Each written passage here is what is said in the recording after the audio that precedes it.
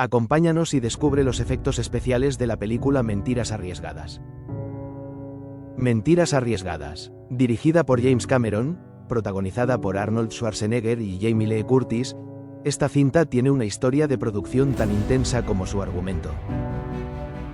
En su momento, Mentiras Arriesgadas fue la película más cara jamás realizada, con un presupuesto estimado de más de $100 millones. En 1994, eso era una locura. Cameron, famoso por no escatimar gastos, usó cada centavo para explosiones, efectos especiales y localizaciones increíbles. El gobierno estadounidense permitió que el equipo de producción utilizara aviones Harrier reales, con una condición: tenían que pagar el combustible y el alquiler del piloto militar. Uno de los mayores logros técnicos de Mentiras Arriesgadas fue el uso de maquetas y miniaturas para crear secuencias de acción realistas, sin depender de efectos digitales, que en 1994 todavía estaban en pañales.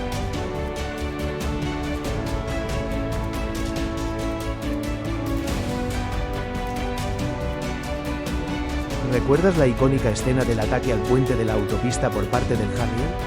Aunque parece que destruyen una autopista entera, en realidad se trata de una maqueta a escala construida con un nivel de detalle impresionante. El equipo de efectos especiales, liderado por John Bruno y supervisado por el mismísimo Cameron, diseñó una sección del puente en miniatura con columnas, barandillas y hasta vehículos falsos que estallaban de forma realista.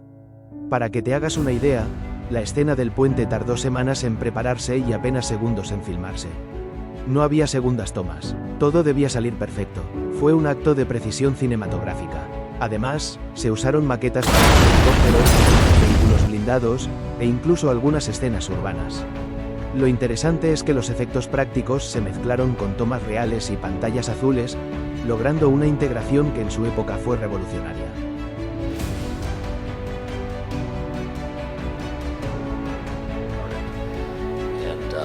Bruno asked me if I would come and run the model shop at Digital Domain, Jim Cameron's company. So that's when I started doing, the heavier bidding and so forth. And I'm sitting in front of a computer now, a spreadsheet, which is, it's interesting but boring at the same time. You're sitting there all day, and I just wanted to get off of that seat and do something, but I had to get these bids done and so forth. And so. True Lies, we didn't really have a model shop. We farmed the bridge sequence out to Mark Stetson at Stetson Visual Services. So all the guys over there were everybody I'd ever worked with, on everything. It was Les Ecker, Ron Gress, and it was literally like home away from home. And we built the Harrier, for instance, and that was Larry Jolly built the basic shape of the Harrier. At our old shop, and then so we did all that stuff. We did Alan Fauché was sort of the crew chief on that, and we did that. Probably my most challenging job was on True Lies, and this was the last job I did for Mark Stetson at Stetson Visual Services, and it involved. I was assigned as the co-crew chief. Two of us were crew chiefing together. Richard Stutzman handling the physical effects side of this miniature, which was going to blow up, and me handling the appearance or the physical functioning of the miniature and the look of the miniature itself. And it was a very scientific project. The assignment was to create a duplicate miniature of the Causeway Bridge in the Florida Keys. And we were going to have to run a miniature van, like a cube van, down this, a cube truck I guess you'd call it, down this miniature highway and blow up the bridge as if it had been hit by two rockets.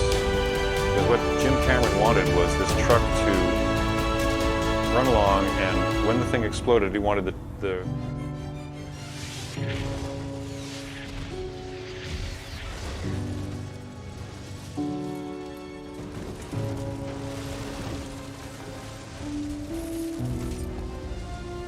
and that's what you see in the film.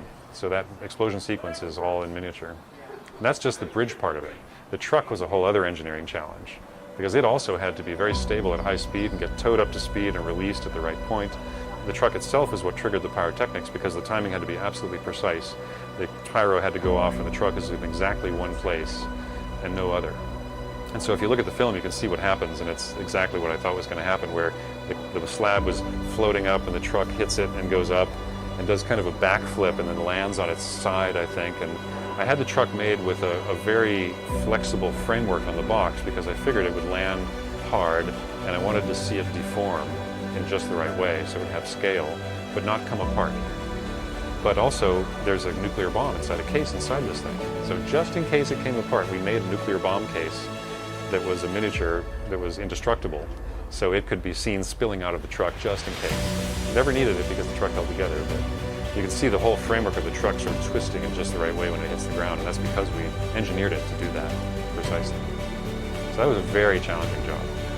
So after we got the 2 successful takes, we spent about 2 days cleaning up and disassembling, and we spent a full day underwater policing the whole area, which was an environmentally protected site, for bits of lead and plastic and plaster and steel, and we removed all the lag bolts we were allowed to screw into the reef, and just took everything out to make sure it was pristine when we left, which was pretty cool, I thought, to have that effort put into it. So to their credit, they really did it right. And we trucked all the crap back to Los Angeles, and when Jim saw the shot, he loved it so much, he wanted to do a continuation shot to just sort of end the sequence, where we'd see the truck come out of a cloud of explosion debris, land on the bridge, slide forward, balancing on the edge of the bridge like a skateboard, and fall off right in front of camera and blow up. I don't know why it would blow up, it's hitting the water, but that's what he wanted. So Richard Stutzman and I were hired by Digital Domain directly this time, not as subcontractors, to come in and reassemble what was left of the bridge to make enough bridge to make it look right in the shot. And then we built a kind of a launch rail system to spike the truck down at high speed onto the deck, air mortars full of a bunch of debris like plaster dust and bits of railing and things like that.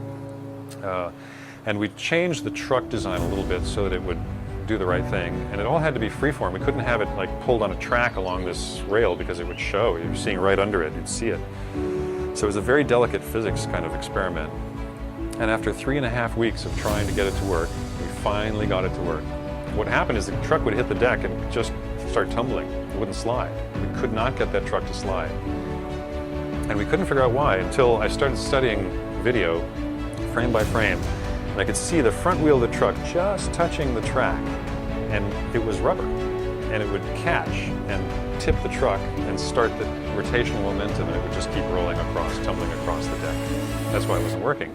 So I just cut a disc of plywood, the same size, made it the same thickness, sprayed it black, and just with like a silver pen, drew a wheel on it, screwed it on there with a drywall screw, spiked it down the track, and it was perfect. We put a little buckshot on the deck to act like ball bearings, nice and dark, doesn't show up, looks like debris, looks like ground up pavement. And so we finally got the shot, it was perfect. Puffed a huge cloud of dust in the air, spiked the truck through the dust, grinds along, falls off right in front of camera, boom, got it. Jim cut the shot from the movie the day we got it. Sigue el canal para saber más de FX y déjanos tus comentarios si quieres otro vídeo sobre esta película o otra que te interese.